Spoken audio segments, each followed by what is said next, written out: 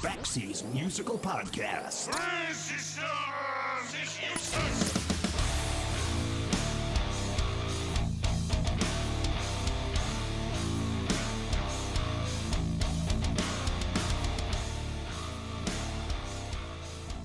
Okay, here's an absolutely true story.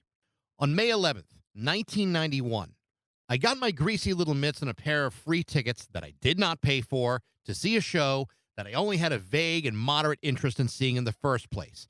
It wasn't like I disliked the band. I mean, I kind of did.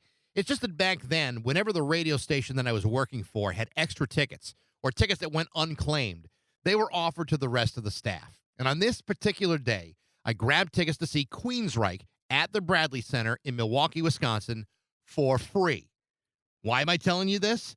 Because that particular show was among 3 shows that were recorded and filmed for their 1991 live album, Operation Live Crime, a box set that included their 1988 album, Operation Mindcrime, played in its entirety. This was about a year after they released their Grammy-nominated hit album, Empire. The second reason I'm telling you this is that, in my opinion, Queensryche put on one of the greatest stadium rock shows that I had ever seen. And in keeping with my compulsive spending habits, I was in a record store the following day buying up as many Queensryche albums as I could possibly afford. I even bought the live set when it finally came out because I was pretty sure that I was able to hear myself screaming among the 20,000 people that were also there that night. It was an incredible performance from a band that was so much better than nearly 95% of the glam and hair metal bullshit that we were playing at the time. And I have since become a longtime fan. And I will die on that hill for the rest of my life. I also know that I'm not alone, since Queensryche has sold over 22 million albums over the years. That's a lot of freaking albums, with great singles like I Don't Believe in Love, Eyes of a Stranger, Jet City Woman, and the monster hit Silent Lucidity. I think what I'm trying to tell you is that Queensryche was a great band then, and they're still a great band now. My guest today is one of the band's founding members, guitarist Michael Wilton. Queensryche are back with a brand new album, their 16th album called Digital Noise Alliance. They're also back on the road, including a stop in Worcester at the Palladium on April 7th. And we're going to talk about all that stuff with Queensryche guitar player and co-founder Michael Wilton on Backseas Musical Podcast.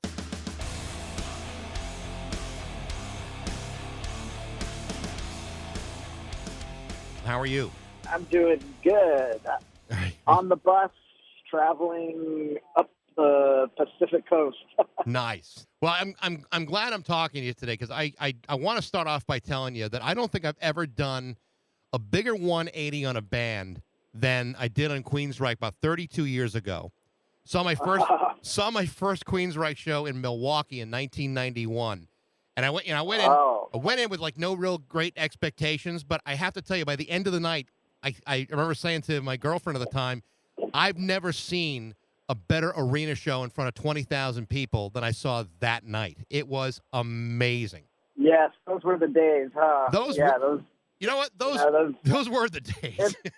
The whole Operation Mindcrime Empire days. Those are when the whole industry was just cooking, right? You know, we recorded those shows and live time. Yeah, well, it's like awesome. Well, that's the thing. I was at the Milwaukee show for the Operation Live Crime box set, and I've told people for years that if you listen carefully, you can hear me yelling during Sweet Sister Mary, but you have to have the VHS player in order to hear me yelling.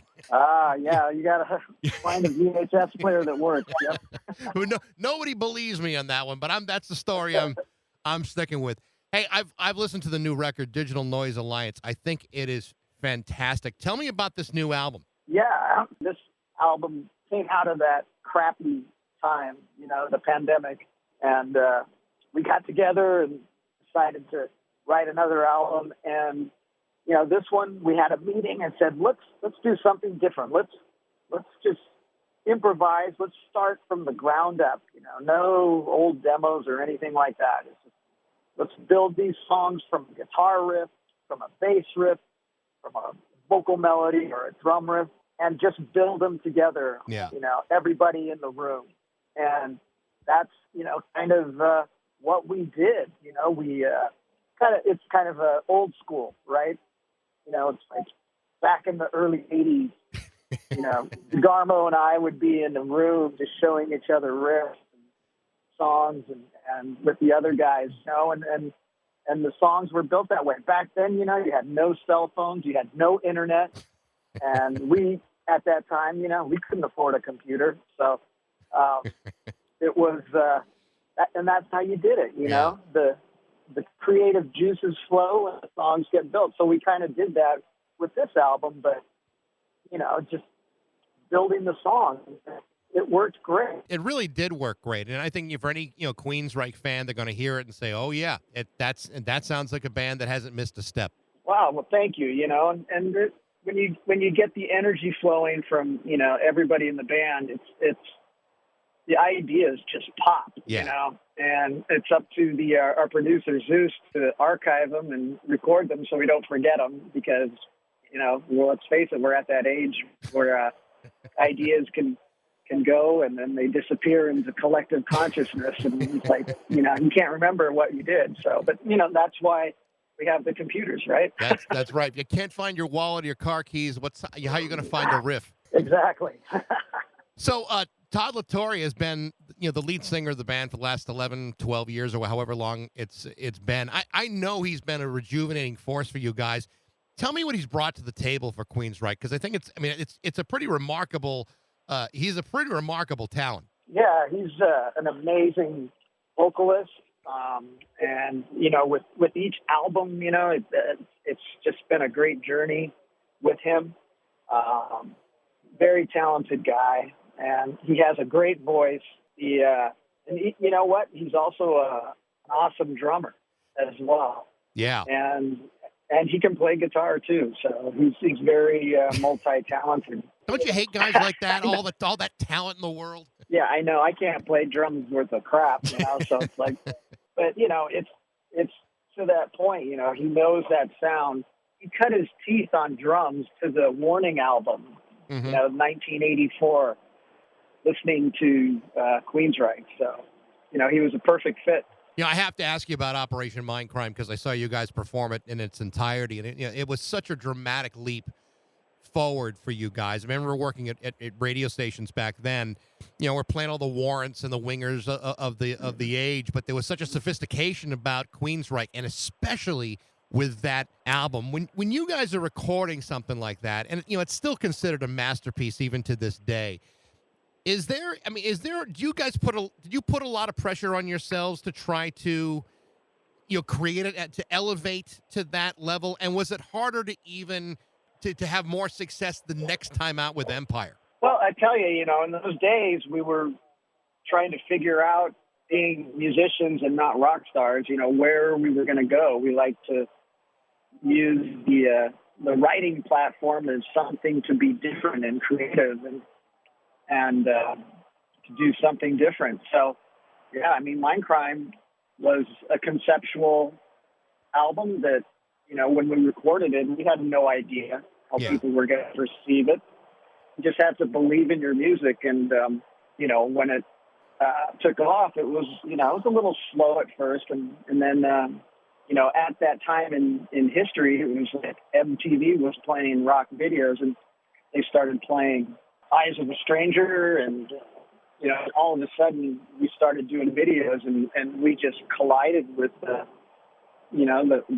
public. Yeah.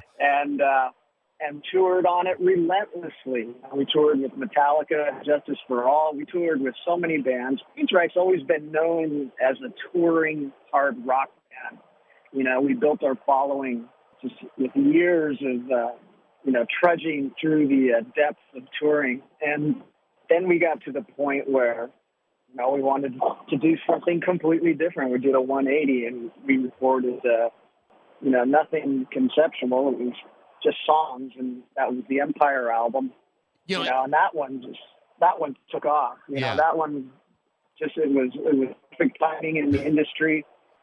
All the record companies were really strong back then. They were nurturing the bands and supporting them, and people were buying CDs and records, and so it was just a really good time for us, and we played the Grammys. We won the MTV Viewers' Choice Award. I mean, it was crazy. You know, we were just a hard rock band, you know, touring, you know, and just all of a sudden, wham, bam, thank you. Well, I mean, I remember when Empire came out and listening to it for the first time, and you know, having already listened to a bunch of other stuff before then. It was like, it was like one great song after another, and then Silent Lucidity comes out. At a time when, the biggest hit on everyone's album was the ballad, but it's like, you didn't even have to know what the ballad was. You didn't have to know what Silent Lucidity was, but it was just such a powerful, well played song. And it's just amazing to me how, you can go from releasing a masterpiece to releasing something with greater commercial potential, and it freaking hits. I mean, that is so rare in any artistic venture to outdo something that's already considered brilliant. Yeah, like I said, it was great timing in the industry, and, our songs just, we did, I think, 7 videos for the Empire album, and MTV was playing them, and, it was a great time for music, for everybody, But yeah, it was, like you said, you got to always have that ballad, right? The whole experience, though, of being thrust into the spotlight. I mean, obviously, you're in a band, you're recording music, you're in it, you know what you're getting yourselves into. But I don't think anybody expects the kind of success that you guys were having coming off of Empire. It had to be, in a way, overwhelming. And obviously, with you guys, it did lead to some, tensions within the band. But how did you manage yourself through all of that?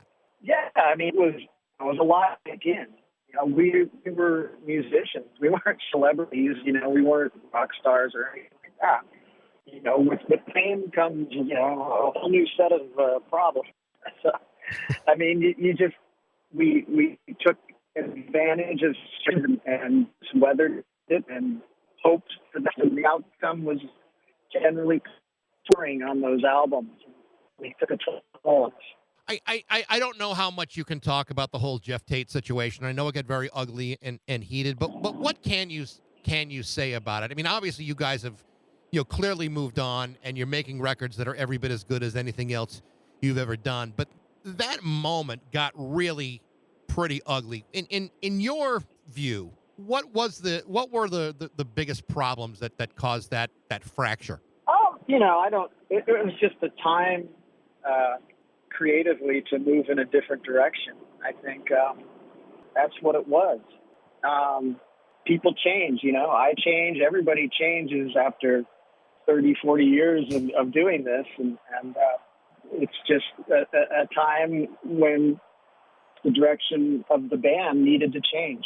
You and Eddie Jackson have held this thing together for an awful long time, 41 years. What keeps this whole thing going? I mean, obviously this is something you still love to do, but creatively, what's inspiring you here to keep this thing going? Well, I mean, Eddie and I, we don't know anything else to do. So, I mean, we've been doing this for so long, and like you said, we love what we do. And, honestly, it's the fans. The fans support us. They love what we do. They want us to keep, putting out albums. They want us to keep touring. It's just a great situation that we're in. This entity called Queensryche is it's on fire right now. Yeah, it is. I told you I was listening to the new record, and like I said, I don't think fans are going to be disappointed at all. I think Sick Death is great. The opening track, In Extremis, is awesome. The biggest surprise here in this record is the final track, the cover of Rebel Yell from Billy Idol. That was not something I would have expected. I mean, I know you guys have done covers before, but what made you choose that particular track? Well, our deal with the record company is that they always want a bonus track. So we figured, we've given live versions of other songs and acoustic versions of this song or that song. So we decided, why don't we do a cover tune? Every other band's doing cover tunes right now. So we had a couple options. We were first going to do a cult song, She Sells Sanctuary. That's a good one. And then we had Rebel Yell, which Todd's voice fit that song the best. And, we blasted that, and it was deemed to be a bonus track, right? But then the record company, I guess, included it in the album. So then it's like, it was supposed to be a bonus track. Queensryche is coming through the Palladium in Boston on April 7th after an inconvenient pandemic. It must be great to get back on the road and play live again in front of audiences. It's got to be a welcome change of pace for you guys. Oh, yeah. It's everybody's rebuilding. All the bands are. And it's kind of trying to get things back to the way it was like in 2018 and 2019. But it's still kind of the Wild West out here, and it's hard for bands, to make a living because everything's so damn expensive right now. Yeah. But yeah, I mean, we're hoping, to find our place in this industry and just keep going as long as we can. But we're old school and we have our fan base. We love it, but we're in an age of TikTok and this app and this app and this app, and it's the days of listening to an album from the beginning to the end are slowly fading away. But when you do it, the experience of listening to a record that's really great, that softens the blow, even for old bastards like us. Yeah, I mean that's the way, when we write an album, it's not just a bunch of songs thrown together. It's, carefully placed songs that create a flow and an energy in the recording. And, we don't just write singles, we write albums. We're very old school, and we've been doing it that way, since the beginning. Well, Michael, I know I don't have you for very long, but I appreciate the time that you gave me. Again, the name of the album is Digital Noise Alliance, and again, the Palladium in Boston on April 7th. It's a real pleasure to talk to you, Michael. Thank you very much for the time. Yep. Thanks for supporting the Reich, and thanks for supporting live music. Absolutely. Thank you, Michael. Okay, bye. Take care. The name of the new Queensryche album is Digital Noise Alliance. They're going to be at the Palladium in Worcester, Massachusetts on April 7th. Thanks for listening. I hope you liked it. If you did, feel free to review it, share it, like it, tell all your friends about it. You can reach me at bax@rock102.com. I'd love to know what you think. And thanks again for listening to Baxy's Musical Podcast.